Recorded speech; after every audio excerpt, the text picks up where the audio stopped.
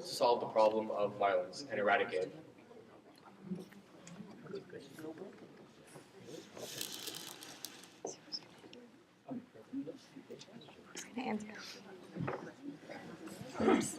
Maybe experiment with it. Yeah, we'll experiment. We're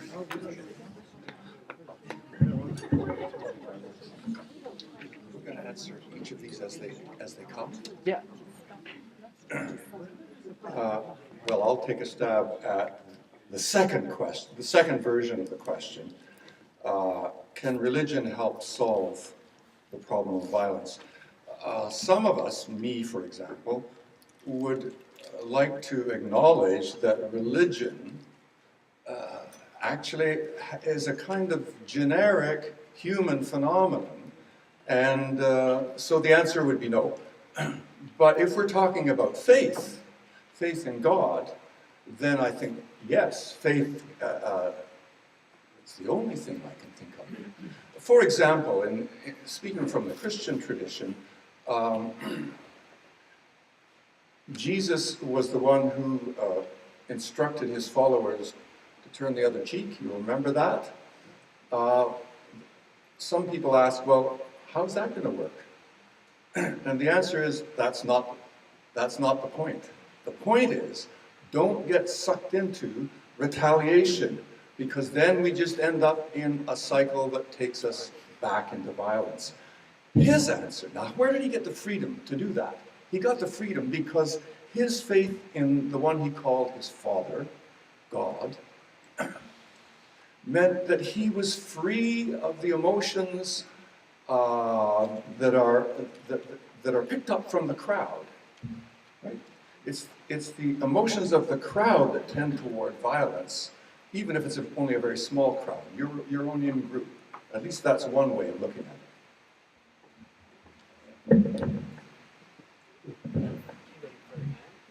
It's attached to the speaker there. Can you hear me? You might have to play some musical chairs. Does that microphone come out of its holder? Oh, it doesn't. I'll let the Rabbi answer the first part of the question. Religion uses language that lends itself to hatred and love. And that's where the problem lies. Because God says that he doesn't like or he hates this and that. And those who claim to be religious feel that they are duty-bound to act on God's behalf. If God hates non-believers, so they must do too. If God is going to punish them, those who are the soldiers of God should pave the way or even act on behalf of God and punish those who do not believe. Now, whether that's right or wrong is a different issue. What I'm saying is that religion can overcome evil, but the problem is religion itself uses the language of evil. And as long as it does that, there are those who will, in the name of God, fight against and create even more evil. We were just talking about the Lord's Resistance Army, was it? In Uganda? Yep. Wasn't it led by a woman? No. If I remember correctly? Anyway, but that just goes to show the Lord's Resistance Army. How many groups have we seen who claim to act on behalf of God? Sipah Sahaba, for example, which literally means the soldiers of the companions of God, or Lashkar Allah, or the army of God, and so on, as if God needs an army or needs help. But what I'm saying is, as long as religion uses those terms, people will do that too, on behalf of God. It's important, I think, that we talk of the right language on behalf of God rather than the wrong language. But there still will be people who will use the language of religion to create evil. I mean, even in Christianity, at least in certain aspects of Christianity, we always talk of Jesus as love and turning the other cheek. But what does Jesus do when he comes back? The second coming. He'll convert the world to Christianity, at least in a few groups of it, and will slaughter the Jews or convert them, those who refuse to. So you have that. I'd like a quote of that, please. Sorry? I'd like a quote of that last remark. Where did you get it? No, it's amongst the evangelical fundamentalist Christians. Okay. Yeah. Not always. And that's why, by the way, they support the state of Israel and the Jews' return to Israel, so that Jesus can come back earlier. First, I'm going to suggest that the three of us come and stand at the microphone so we don't waste all the time going back. That wasn't a joke, I'm serious about that. The second thing is this. We have to make a distinction between institutions, human institutions, and the content of faith.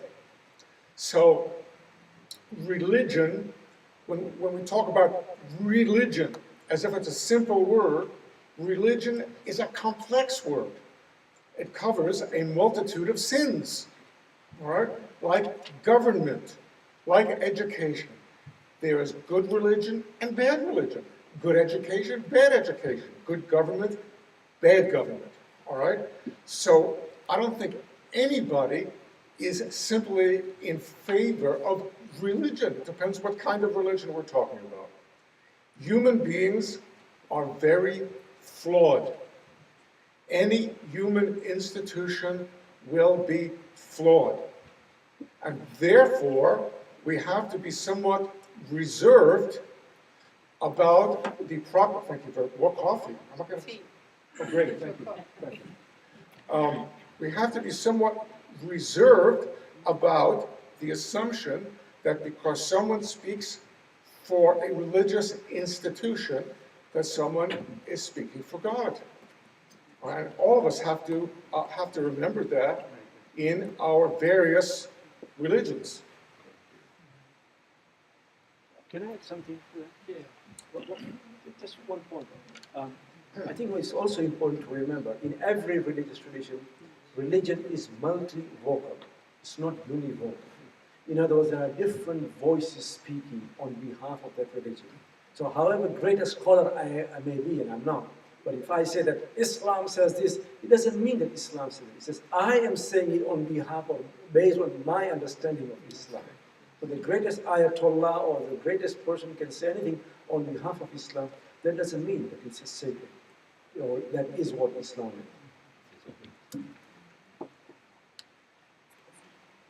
is. Just a quick announcement. I'm going to basically give the podium to the panelists. So I'm going to go around and talk to the team leader. It's a small enough room where you can just, Rabbi Stroh had this idea, just rise and ask your question from where you are, and I think it'll go a lot faster. All right, thanks guys. So Denise is next, please. Can you all hear me? Yeah. Can you all understand me? Okay. So, it's just, I'll come here because some people can't hear me quick. I'm trying to speak Canadian, but I'm not being successful. No, your accent is just fine. Many of our children are moving away from religion because we, when I say we, and you mentioned institutions and us, have created differences instead of celebrating commonalities. Where do we go with our children in terms of religion?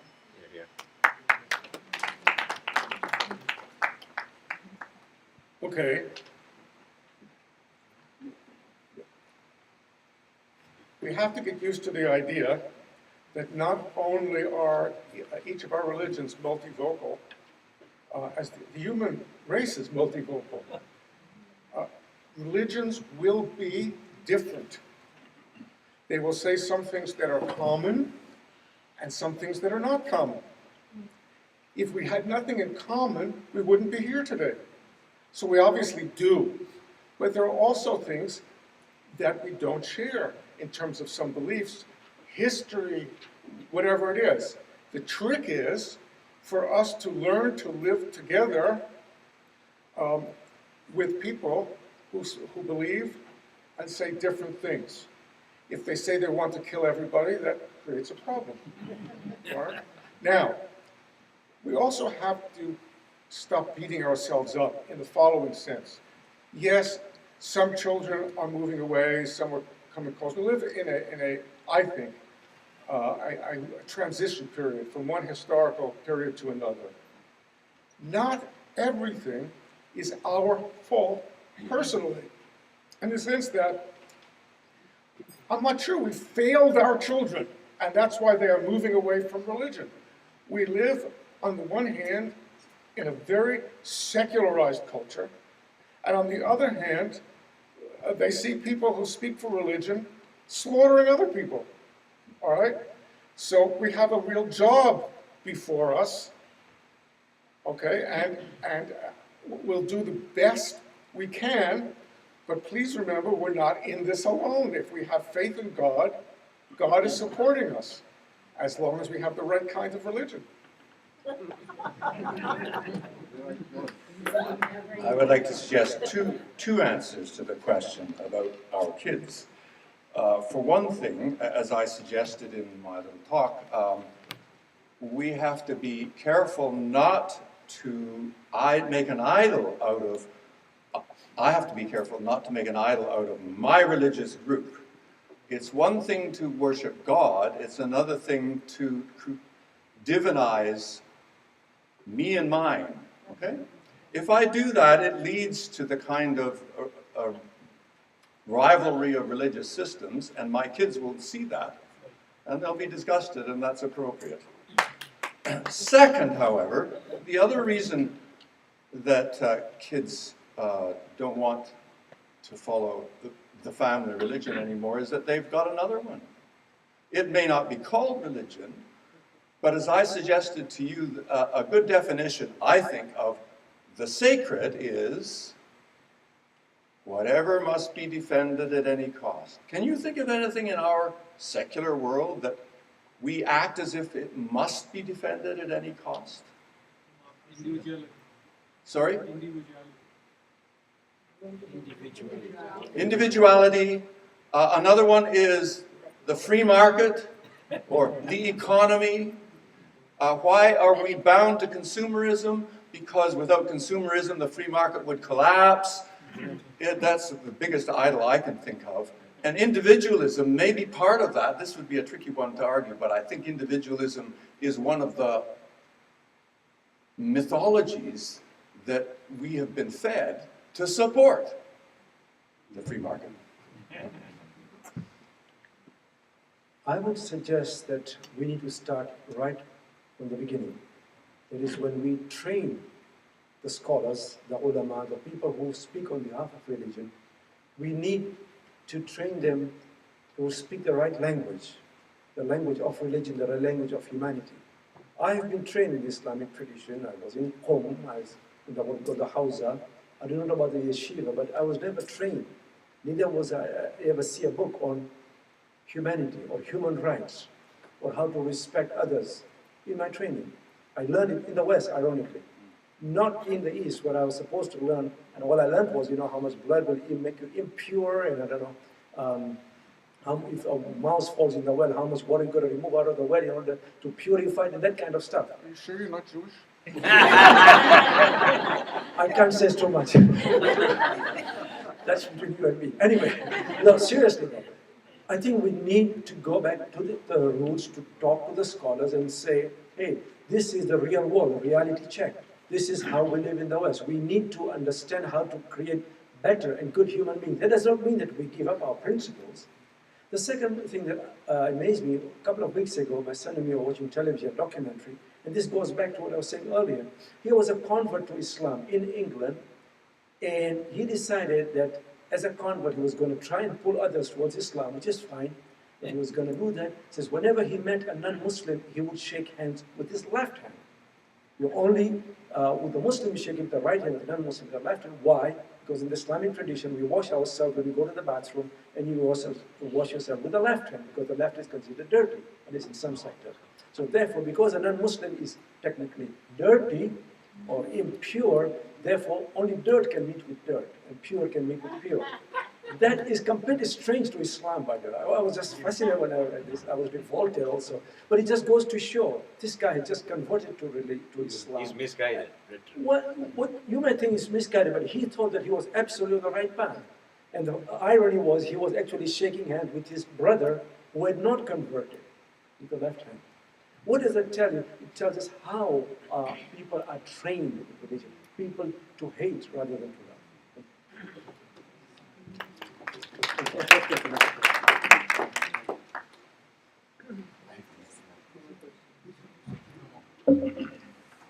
Before I come to the question, our table had some concerns, especially with your lecture, Dr. Takim. This was regarding the issue when we talked about God creates evil. The concern is that God has given us free will. That doesn't mean that He has created evil. So if you can clarify that.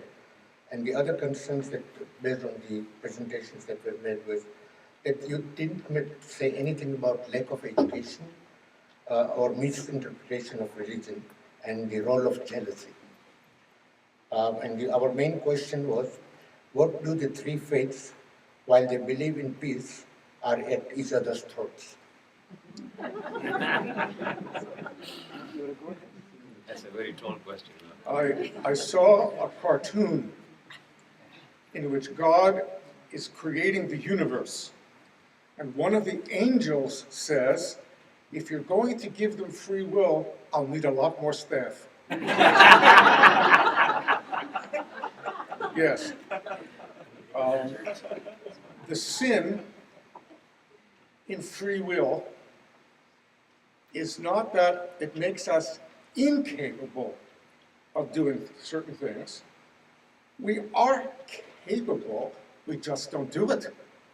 If we're incapable, it's not a sin. We're incapable. I can't fly. A commandment to fly, I can't do it. We have the capacity, the technological capacity to feed the world, but we're not doing it. All right? When you raise the question about religions being at each other's throats, again, remember, religion is a complex phenomenon. The branch of Judaism I speak for is not at anybody's throat in that sense. There are branches of Judaism that are, first of all, they're at the throat of other Jews who don't share their beliefs. But in addition to that, they are at other people's throats in certain conditions. So we have to recognize that religions, as you said, are multivocal. The fact of your presence here testifies to what voice you are speaking in. There are lots of people out there who are speaking in a different voice. We are not going to leave here and start invading people's homes and beating them up. But there are other people who may want to do that. How do we get to them? Just to clarify what I said earlier, what I was trying to say, maybe I wasn't very clear, that in order to create peace through the Messiah, the language of evil is used. In other words, evil, which is violence in this particular instance, in order to get to peace, you need to go to war, if you see what I mean. So evil is used. I did not say, at least I don't mean to say that God creates evil. Because at least in our understanding, God is good. A good God doesn't create evil, although there's a different issue completely. Then we talk about how come there is evil, etc. But I don't think we want to go there at all. What I was saying is that in order to create good, which is peace, love, and no war, we need to go to war. At least God tells us to go to war. Hence, you need evil in order to go to good. It's kind of ironic, isn't it? Someone said an oxymoron. You know what's an oxymoron? Stupid cow. No. Canada Dry.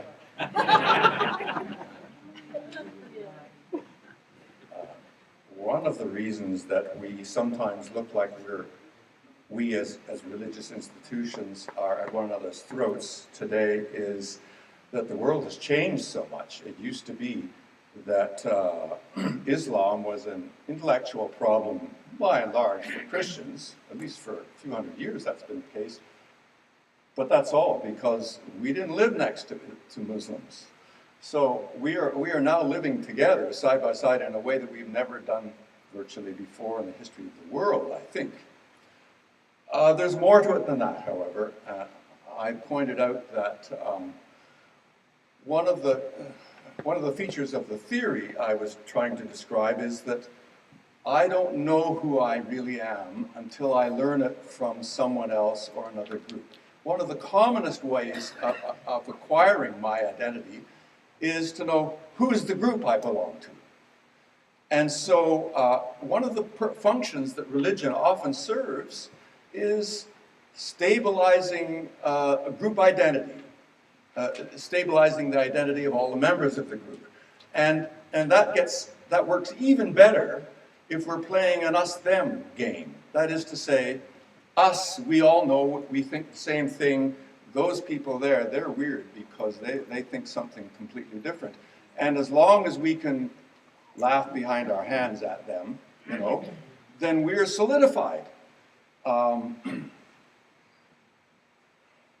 The real issue, therefore, is, I would suggest, that our religious identity becomes an idol, and then idols have to be protected at any cost, right? So that means I have to attack you. Can I just add one point? We live in a global world, and a global world also means global jihad, unfortunately. We're using the internet more and more to engage in jihad or warfare. The problem with the internet, it has a lot of advantages, is that there's no censorship on the internet. And therefore, not only is there more sectarian conflict because of the internet, but there's also more warfare, like hatred generated through the internet. Anybody can upload anything on the internet, and that's a danger. I would just like to say a word about Rabbi Zusia. There's the story about Rabbi Zusia, who asked himself the question, what must I do to change the world? That seemed like a big task. So he changed the question. He said, what must I do to change my town? That was also a big task. So he said, what must I do to change the street that I live on? This too was a big task. So finally he said, what must I do to change myself? Before we get out there and change the world, we do have to examine the evil that is inside us, because it is inside us. Yeah.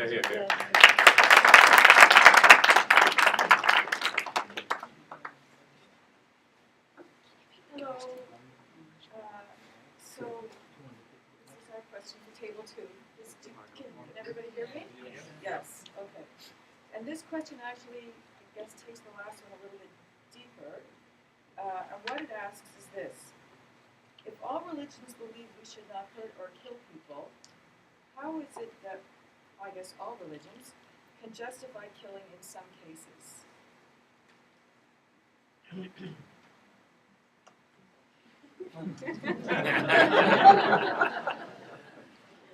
I don't think the challenge, it's a good question, but the challenge is not just to religions. For example, the United Nations quite recently established a new principle of international relations, namely the responsibility to protect. Right? If in some part of the world an evil power is slaughtering citizens indiscriminately, do the rest of us have any responsibility to at least try to inhibit that? Does inhibiting it ever call for killing? So it's bigger than religion, you see. We were talking, the Rabbi and I were talking during the break, or while you were working, we were talking about the story of Dietrich Bonhoeffer. 10 seconds. He interrupts. Yeah, sorry, I'm starting. Dietrich Bonhoeffer was involved in the plot to kill Hitler. He was doing it out of faith. Was that because of hatred of Hitler? Not exactly. It was about preventing an even greater evil.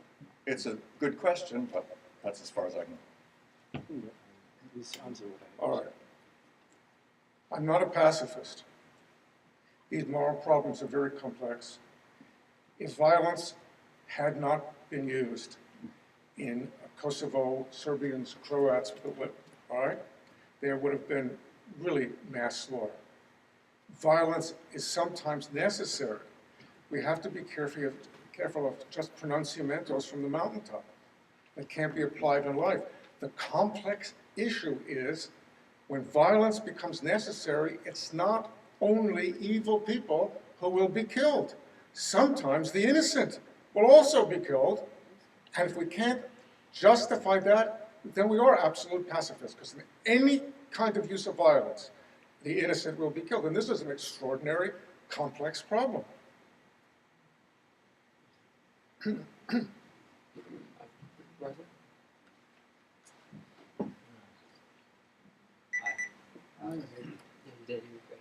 table discussed many facets of this, and we realized that violence is a very complex problem, very interdependent on so many issues.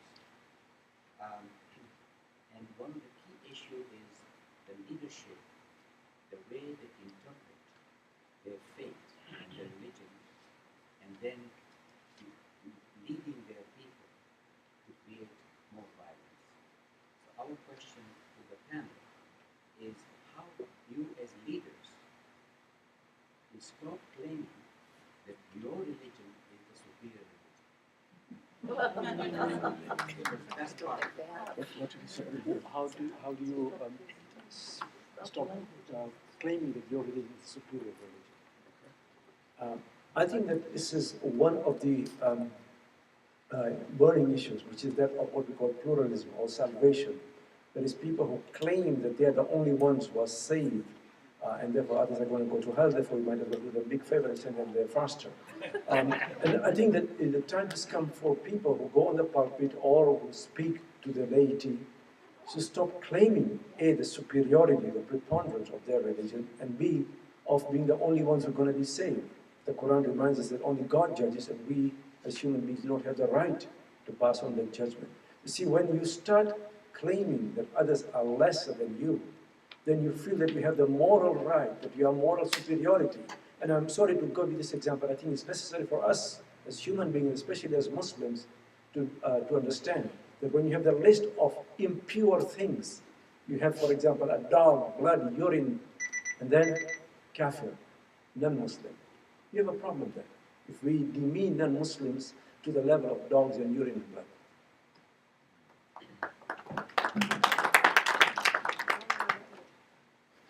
I suggest we might think not in terms of objective truth, whatever that is, but in terms of relationships.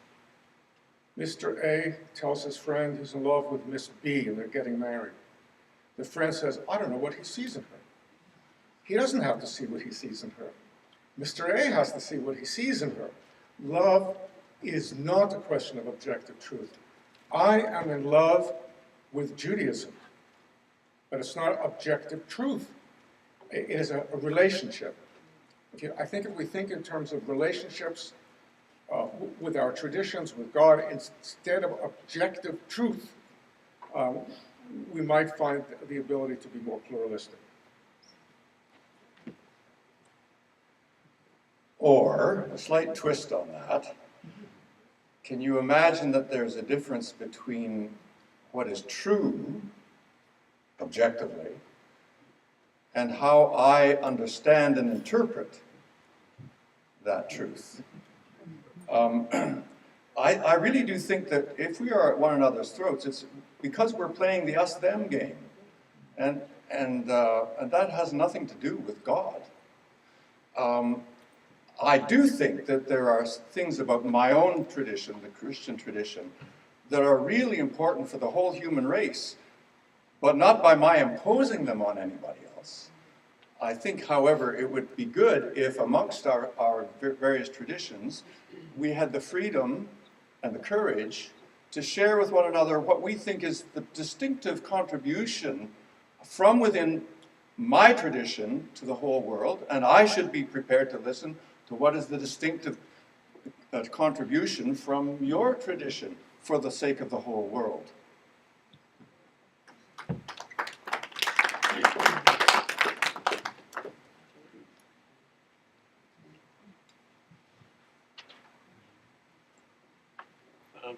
Our table discussed a whole bunch of things, and we tried to summarize it into a number of one question, and we kept coming up with a big question. And we focused very much on the fact that for thousands of years we've struggled with this challenge of just either submitting to or accepting God. We were given the Torah, we were given the commandments, that was simplified to the 10 Commandments, then we were given the 11th Commandment, Jesus, the word of God. Then we were given Muhammad, peace be upon him, the written word, so the instruction manual.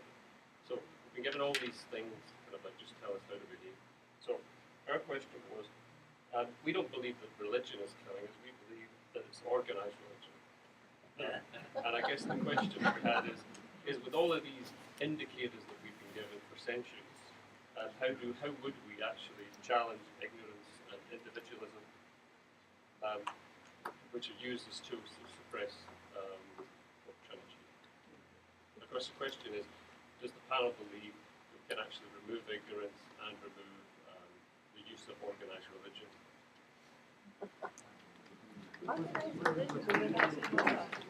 I heard someone say once, what do you mean organized religion? I'm an Anglican.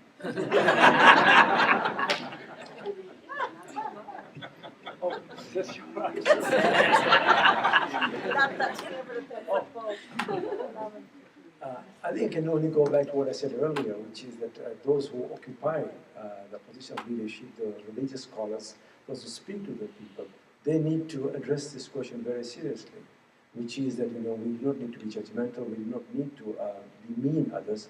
I think that's one point. What's happening on the internet is another way of getting out the right message. Basically, I was brought up in a culture of fear, of hatred of the other, very frankly. I had to make a big adjustment when I came to the West. And I realized actually that some of my non-Muslim friends were better Muslims than my Muslim friends, were better Muslims than myself. And I learned from them, and it is through the personal adjustment. I think what we need to do also is to get out to the next generation, who are brought up in a different culture, who understand religion very differently. Many of our children are rejecting religion because religion is not talking to them the way that they would like, or the way that they understand religion. And that's, I think, one of the key factors that we need to address. We cannot do away with organized religion any more than we can do away with organized education, organized government. Human beings come together for certain purposes. We want to pass on our heritage, train leaders. We can only do that if we are organized. But organizations inherently have the problem of corruption, distortion, and evil. All right? So we have to work within our own organizations. We have to do, when we leave here, we have to do what we say we believe here and teach inside our own religions the way we understand it. Remember, what the three of us has said was not what was said in the Middle Ages. All right? We are actually saying that there has been a change, that we have an insight into Take 10 seconds, right? that we have an insight into the meaning of our traditions, because the passage of time is a meaningful thing. God created a world in which there's time, and therefore we are articulating an insight that we say we have and want to share, but other people are still talking Middle Ages.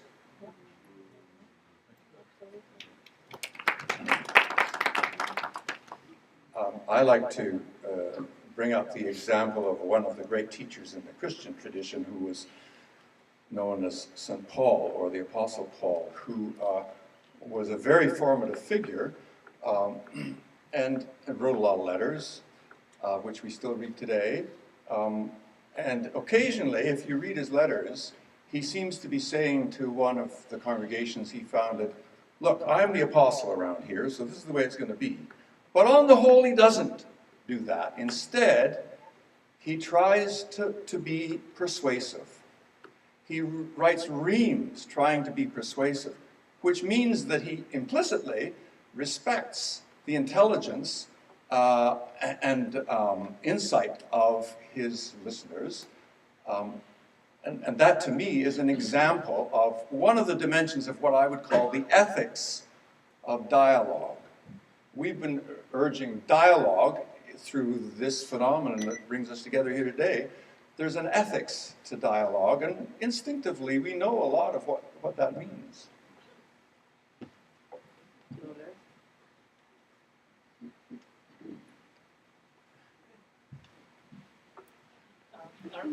our question is that the younger generations tend to be raised with video games that use violence as a fantasy and watch movies that are filled with violent images. How can we counteract with these and still keep the pressure from building up? If we believed that after the Enlightenment, we have become so smart and rational that because we try to remove violence from religion and our lives, that it disappears what is happening with video games, with films.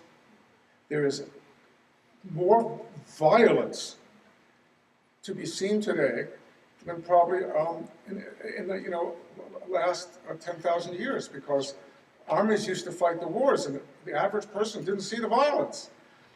Our imagery is so filled with violence, and we are caught in the conflict of freedom of press and speech on the one hand, and are recognizing that this is an evil message on the other hand. I don't think that we've seen as much violence in the media or in different forms of guns, toys of violence as we see now. The question is, what do we do about it? Whether it is through the mosques, the pulpit. What I'd like to see more and more is intrafaith dialogue, rather than just interfaith dialogue. In other words, whereas we can talk or sit here talk about dialogue, about love and peace and against violence, but yet we find within the community itself, Christians, whether it's Sunnis and Shias, or within the community itself, there's more and more promotion of hatred, which, whether we like it or not, does lead to violence against the other. That's something I think that we need to really think about. I think raising the question of violence in media is a really important issue right now, especially in this North American context. There's an important book written by a US Army psychiatrist named David Grossman called On Killing, in which he surveys numerous studies about the way that wars have been fought. And it points out that in most of the wars known, in which we know much about the killing that went on, the killing was actually done by less than 20% of the soldiers. Most soldiers in the First and Second World War shot over the enemy's head. Why? Because it's terrible to kill people. Well, one of the tasks that the US Army has faced, therefore, has been teaching soldiers how to kill. How do they do that? Well, in the training methods that were developed particularly for the Vietnam War, so he writes, new techniques of training were electronic, computer-based techniques were developed, which helped to deaden that empathy in new ways. And so in the Vietnam War, apparently the kill rate was raised to 90% of the soldiers. Then these computer training methods morphed into computer games. Figure it.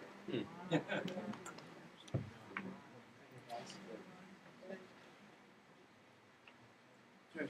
Well, we wanted to have the main question answered because we feel that the main question was not answered. Is religion actually killing us, literally? And we wanted to know from, obviously, Christianity, Islamic, and Judaism perspective. I think we are somehow being unfair on religion, simply because religion is not the only factor which has led to or increased violence. In fact, secularism has often led to violence, nationalism, the idea of occupation of land, etc. All these factors, sometimes the desire of government to protect their vested interests, has been a major factor that has augmented violence. Yes, there is an issue of religion and violence. We, as a people of religion, are trying to come out, are struggling to see how we can overcome violence. We also need to explore, as the Rabbi said, about human relations. In other words, mending ways. Once there is violence, or violence has been committed, How do we go about creating a culture of peace, a culture of life, replacing the culture of death? In other words, peace-building motives. I think we haven't talked about that at all. These are some of the current topics that we need to address more and more. Because violence is one thing, to talk against violence is one thing, but how to mend ways, how to establish relations with those who have wronged you. That's an intrinsic part of the future discussion on relationship thinking. Excuse me. In answer to the question, I would say, yes, religions are often violent, and that's why I tried to introduce you to mimetic theory, because it's one way, for me it's a very powerful way, of beginning to understand how that happens. Religions are made up of people. It's the same people in religions, government, education, in the army, in the police. It is the same people. So it's too simple to say, oh, let's blame religion. If we didn't have religion, then people wouldn't kill each other. People kill each other because on some level they like killing each other, right? And that has to be dealt with. I don't think, religion gives a justification for us. Of course religions kill, but so do government, so do education, give justifications for killing. I think what you just said is very important. To reveal to people really what they're doing, what the mechanisms are. In one branch of psychology, showing people how they're behaving is called spitting in the soup. You can still eat the soup, it just doesn't taste the same anymore. All right, to some extent, mimetic theory has the purpose of revealing to people the mechanisms that they are using. And once you see what you're doing, being rational people, we have the possibility of changing our behavior. I believe the panelists have done a great job answering questions, which has made it very difficult for our table because most of our questions have been answered already in some way. But from the discussions that I've heard so far, what I come to agree on is that we have moved towards more of a culture of tolerance. My question is, how can we move to a culture of acceptance? All right. Our sin here will be if we go home and say things about other people that we just spent a whole afternoon saying we should never say. If we hear people, and this is not easy, if we hear people saying those things, that we say something to them, we don't let it pass, that we are messengers of the kind of religion we talked about here.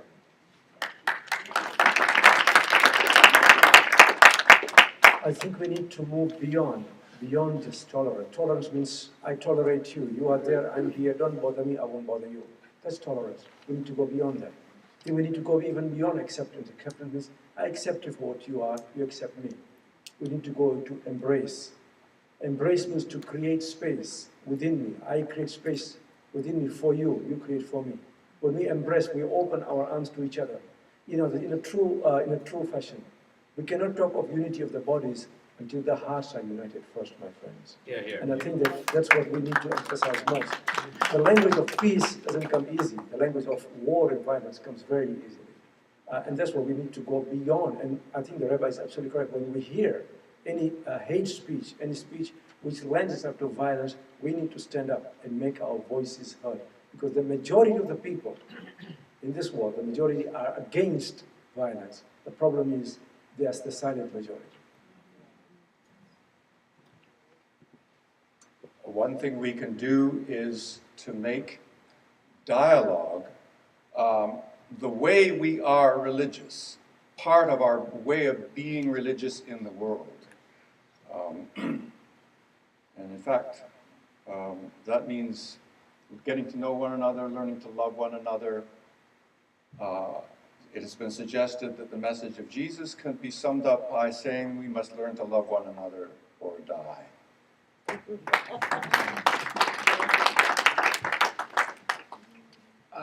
Do we have a question at that table? Are you guys good? Or You're part of that table. Okay, great. So we have a few minutes left, just a few minutes. Are there any general questions? We want to do a quick Q&A that just something that wasn't broached so far. Is that you, sir? Yes. Please go ahead. Sure. Can I come there? We're actually just have a few minutes. If you just get, Just give me 1 minute. Sure. Thank you. I want to be here because I want to thank you all for coming here. This center is hosting you, so in future, if you have anything that's happening, we will be glad to have you. But I'm here because I didn't get answer to the most important question that was asked from that table, which was, if I remember, that how religion is justifying in their holy books when they justify to kill others. And at least I was not satisfied that a good answer was given. The answer that was given is that we cannot be passive, and examples of Kosovo and whatnot was given. I think if we think along that line, in every conflict, there will be people that might be thinking the other way. So this will be a vicious cycle. If Gandhi did in India, if Nelson Mandela did in South Africa, and if Imam Hussein did in Islam, why can't we not justify any war no matter what? And let's call it be passive. Actually, we will be not passive, we will be active, very active, but in non-violent way. So I just wanted to emphasize that from that table that was the best question and it was not answered. Thank you. Okay. Yes and no. Under the Nazis, Gandhi recommended to the Jews in Europe that they use passive resistance against the Nazis. He was dealing with the English.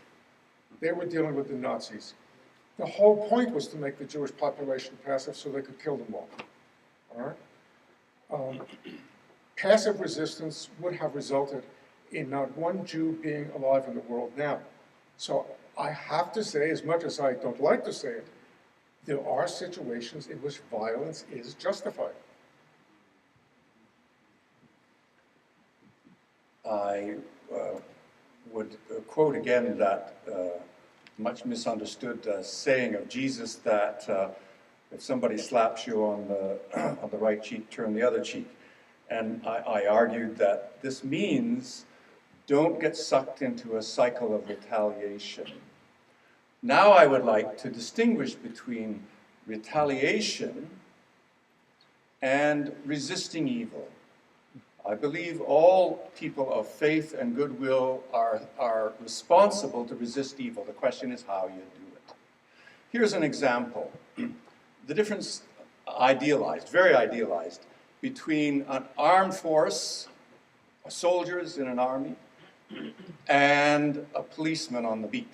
Now, these get blurred really quick, but just for the sake of argument, an army's job when war begins is to win.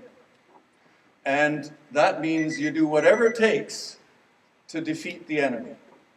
The policeman's job on the beat is not to destroy the evildoer, but to restrain the evildoer. Sometimes passions get out of hand, but we have ways of dealing with police who lose their way and forget that their real job is restraining evil, right?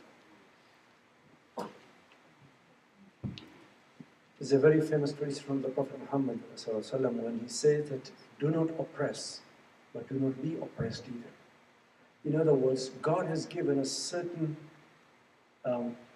attributes, certain bounties, blessings. One of them is freedom.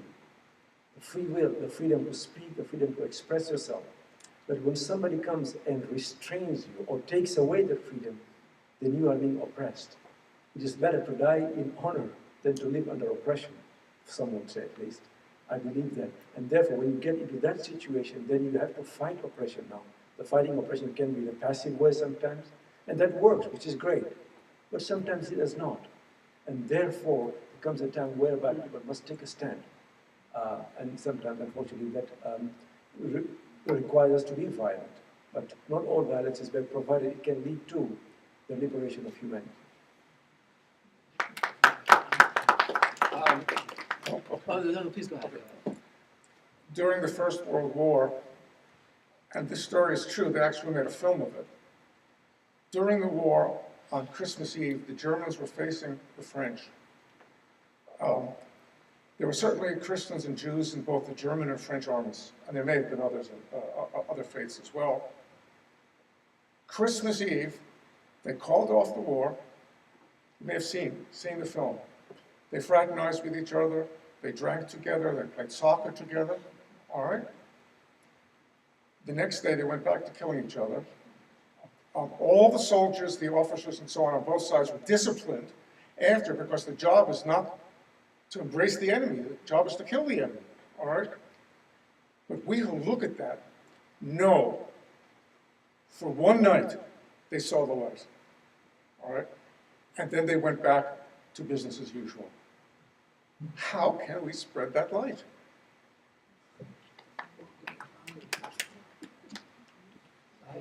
All right, we have 6 minutes left. I saw 2 hands, so I don't want to pick one hand over the other because we have only time for one. So I'm going to have you guys both ask your questions, and you guys can either answer both or one or the other, whichever you choose. So we'll start with you and you as well. So you two go ahead. I don't have a question. Sure. I want to share the teachings which is given to us as Sikhs and what Rabbi said there. Yeah, please. And the teaching is when all means of redressing an oppression or exhausted, then it's right to pick up the sword and fight back. Thank you. Madam, let me see. Just very quickly, my 18-year-old son asked me a question and I had no answer. And it was, since there's been so much pain and bloodshed created in the world in the name of religion, why can't we be moral, good people without religion?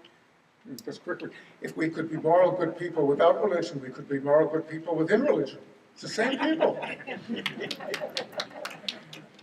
I ask a question too? Oh, wait, no. Let's go. Do you want to weigh on that? You've answered that. I don't think there's anything else we can say. So, go ahead, please.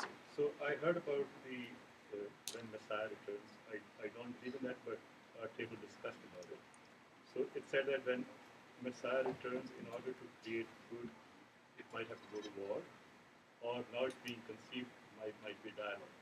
So how is that different from what's happening today in the world? There are wars being fought in the name of good.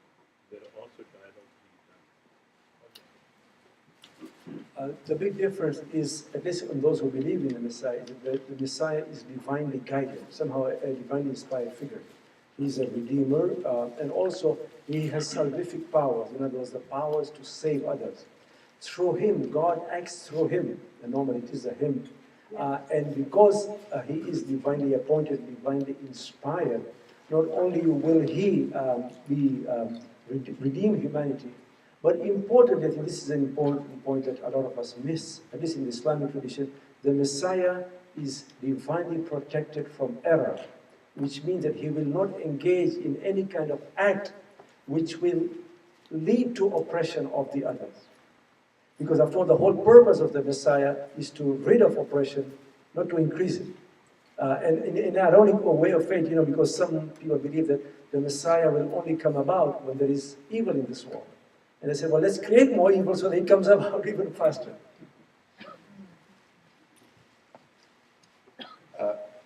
From a Christian perspective, or at least from the Christian perspective with which I'm most familiar, the coming of the Messiah will mean the appearance of the truth about creation, about the world, about human existence in such a glorious fashion that no one would wish to deny it. We started today with the story of Martin Luther King Jr., who never attacked with violence anyone, and at first was considered just stupid, incredible. But he persisted until the point today in which we can all, I think, recognize there was something glorious and utterly persuasive about that man. I think it's conceivable that it could happen again on a in a global way. Can I just say one Yeah, point? absolutely. I think one point I'd like to add is image making, how we make image of others. That we often think of Islam or other traditions as full of violence, of hatred, etc. But a lot of it depends on how we perceive, through whose lens we're looking at. When most Canadians, I guess, when they think of Islam, the first image that might come to mind is what? Bin Laden, war, etc. And yet Islam has spread most frequently, or in most parts of the world, through whom? To the Sufis, to the mystical tradition, to people like Rumi, to people like Chishti and others. In other words, there is another aspect or lens of Islam that we need to consider too. And it applies to all religions too. I love St. Francis Assisi, for example. I love to read about Moses and Maimonides. In other words, there are different aspects of religion. You should not always look at the negative aspect. There is far more, what we may call positive aspect in every religious tradition that we need to consider. Thank you.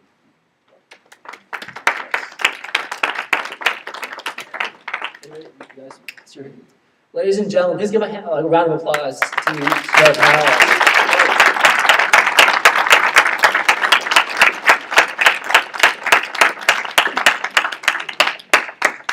On that note, I'd like to call up the Mosaic Interfaith's Fran and Oil's Abdul for their closing remarks. And ladies and gentlemen, these are the organizers of this event. They've done all the work with some really dedicated volunteers. I don't want to try naming everybody, so I'm just going to let them come up and give their closing remarks. All right, thank you guys. Bye. Thank you. Please, a round of applause, guys.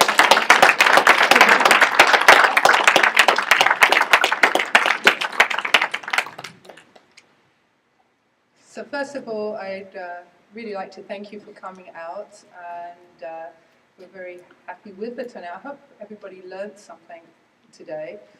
Mosaic Interfaith has been around since, officially we say 1980, but probably earlier than that, and Rabbi Stroh is actually one of the founders of that organization.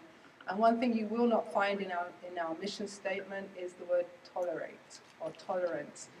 What we promote is learning from each other so that we can understand and live in harmony and peace together. And so we would invite you to continue these discussions by coming out to Mosaic Interfaith programs through the year. And if you haven't given us your email address, you can give it to us before you leave. And every one of those programs is designed to help us see the beauty of every religion and the ways that we are the same. We can practice our beliefs and observe God in whichever ways we feel we need to, but that doesn't negate the other person sitting in the chair across the table from you. And that's the part we really need to understand. And I think our panelists have tried to teach us that too. And we need to, as people of faith, reclaim our religion and speak loudly and try to overpower. It could be non-violent, but we need to overpower the voices that say otherwise. And I think one of our panelists, I think it was Dr. Takim, that said we need to go back, look at the core teachings of our faith, which teach us to respect each other and to take care of each other. And if we could get back to that and stop trying to have one-upmanship over someone else, I think the world will eventually become a global entity where we can all live together in peace. So I'd like to thank Oil as our co-sponsors, and I hope we'll get another panel together pretty soon.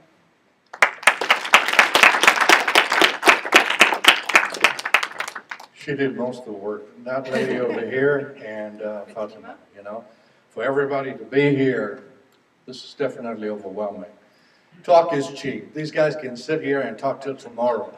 But you know what? If there is one thing we want to leave here with that I am going to ask of each and every one of you, take that four-letter word out of your directory, your vocabulary, the one that came up there. You are not meant to be to hate. That H-A-T-E word, take it out of our vocabulary. We are not allowed to hate from this day on. Can I hear amen on that? Amen. Please, all right? This is beautiful. It's only through dialogue that we can change. There's a beautiful induction that وَمَا أَرْسَلْنَاكَ إِلَّا رَحْمَةً لِلْعَالَمِينَ. There is no messenger that has been sent down. This is God talking now. Other than the mercy. That sense of compassion, that sense of love, that sense of unity. There is beyond I, me, and myself, is when we take that four-letter word out. And with that, I want to thank each and every one of you to make this evening possible. Thank you very much. And for you, the panel, thank you, sir. God bless you all. Thank you.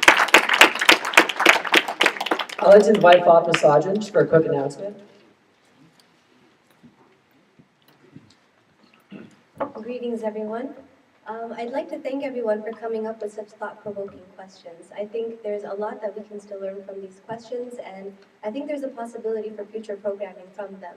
So if I can kindly request each table to pass along their questions to me at the front or wherever you see me, it would be greatly appreciated. Thank you.